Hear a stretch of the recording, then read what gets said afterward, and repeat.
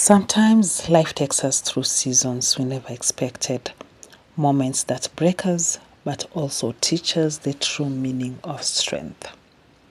In this video, I open up about my journey, the pain, the lessons, and the steps I'm taking to keep my sanity. It's not an easy story to tell, but I believe someone out there needs to hear it. If you're going through something difficult, I hope my story reminds you that you're not alone and that grace still carries us through. On the 23rd of September 2025, at 6:55 a.m., my life changed. Death changes everything, especially when you lose someone you grew up with, someone who shared every season of your life. In my previous videos, I shared about her final send-off, a beautiful day filled with grace, but today I take you back to the day before that, the day we brought my sister home from the morgue.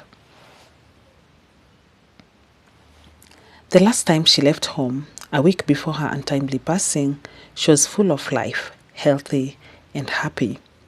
But this time, she came back home lifeless. I'm not doing this to seek sympathy.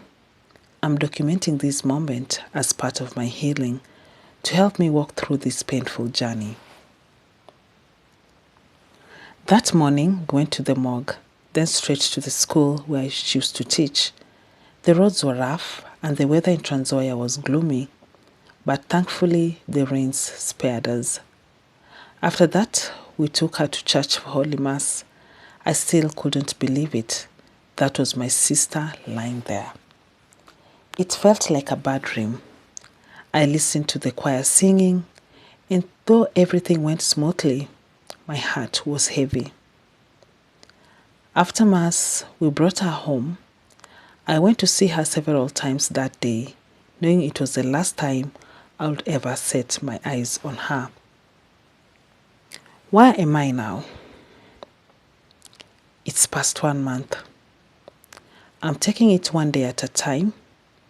I recently joined a Zoom webinar on understanding grief, and I realized grief has many faces. Some people shared that they couldn't pray. I can relate. Others felt guilt or anger, and I understood because it's all part of the process. Through it all, I keep praying for God's grace, and I'm grateful for everyone who's kept us in their prayers. Most especially, I'm just requesting people who are willing to pray for us. As you continue to pray for us, most importantly, remember my father, my dad, in your prayers. My dad, David. Please remember him in your prayers.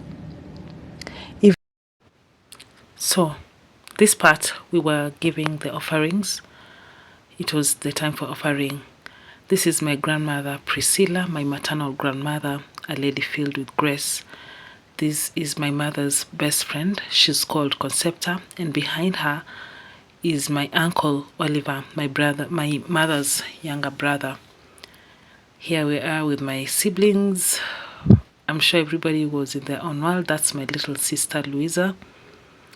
And this is our neighbor, who's also a distant relative. And this one is a church member giving a speech during the service. This is my father's younger brother. This one is the head teacher where my sister used to teach. He's called Amos Kiprot.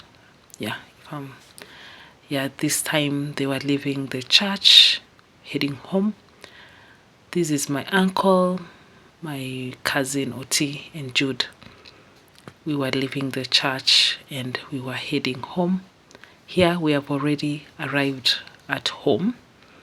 We brought my sister this time lifeless. It's the hardest thing to do.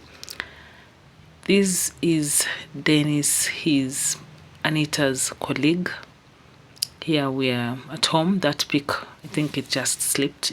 It was not in order. Yeah, we had brought my sister back home. And this is the big day where we were laying her to rest. We were walking where the ceremony was supposed to take place that day.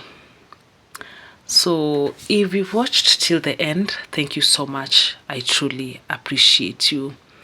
May God bless you. And if you're going through a difficult journey, the grace of the Lord is sufficient. Thank you. May Anita rest in peace.